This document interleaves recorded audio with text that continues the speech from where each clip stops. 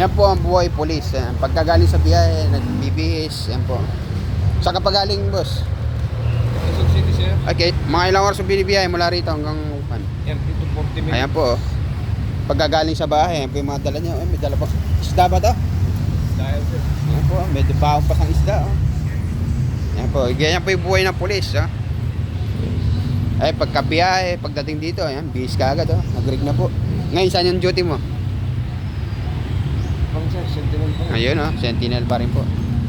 Siya po si Staff Sergeant Pulinaw. Ayan. Kababae mo kagabi, nandyan ah. Kalinga rin. Taga DMFP. Ano yung words of the day mo ngayong araw?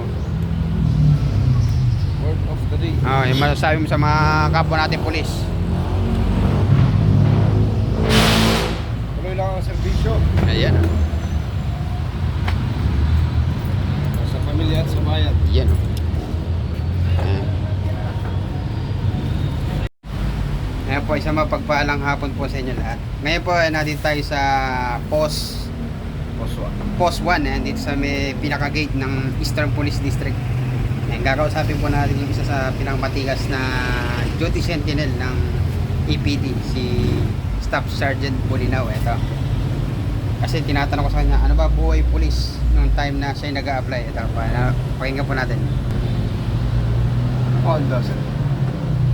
Hello. Palala ko muna. Ako nga pala si Staff Sergeant Pulinaw, assigned sa DHSU as a sentinel. Anong taong ka pumasok sa serbisyo? Bali nakapasok ako sa serbisyo 2014.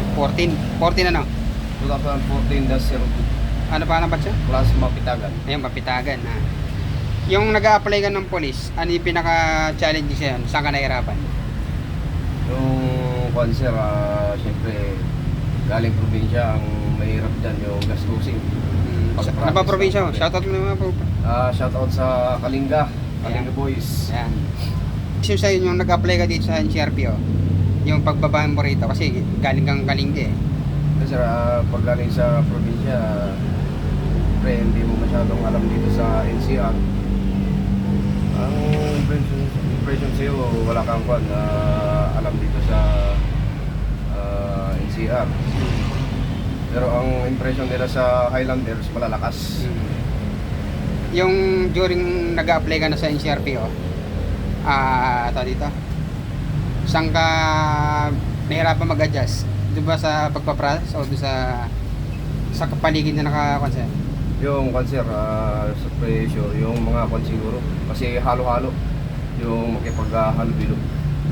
Kasi Yung nag-apply kayo, gano'n kayo karami? marami, sir. Maabot kami ng 4,000. 4,000? 4,000. Dami. Iligota yun, iligota. Malaki naman, sir, ang kota.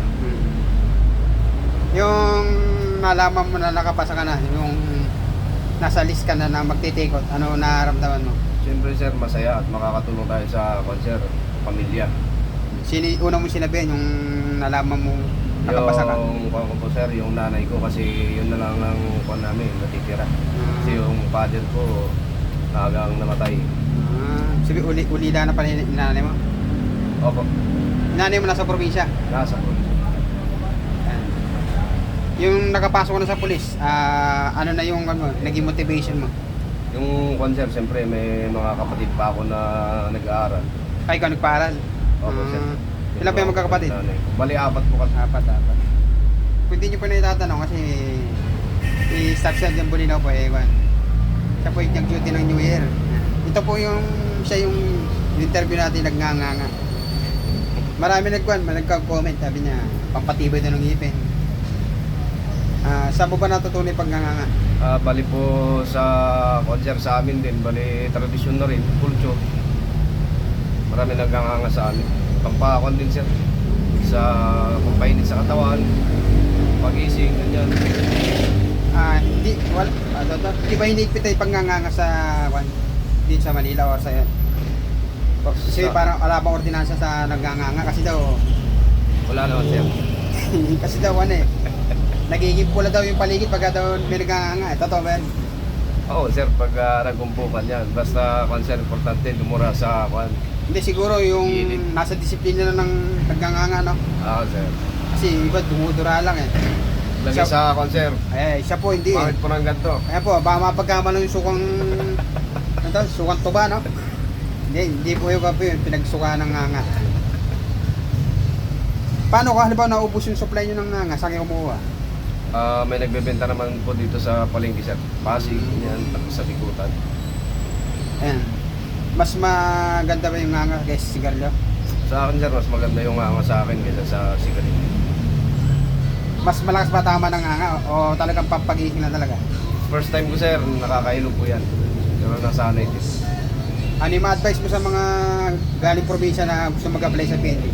Ang masasabi ko lang sa galing probinsya, pag nag-apply na kayo, tuloy-tuloy nyo lang. Magdasal, tapos magpalakas. Yan lang po. Yan po ang buhay ni Kapsa Sambunaw. Shoutout mo school mo, college. Shout out po sa Kalinga Colleges of Science and Technology. Marami din pong nagpulis dyan, galing sa school na yun. Shoutout po, yan. Yan po si Sasa Bulinaw. Yan o, yun, sinasabi.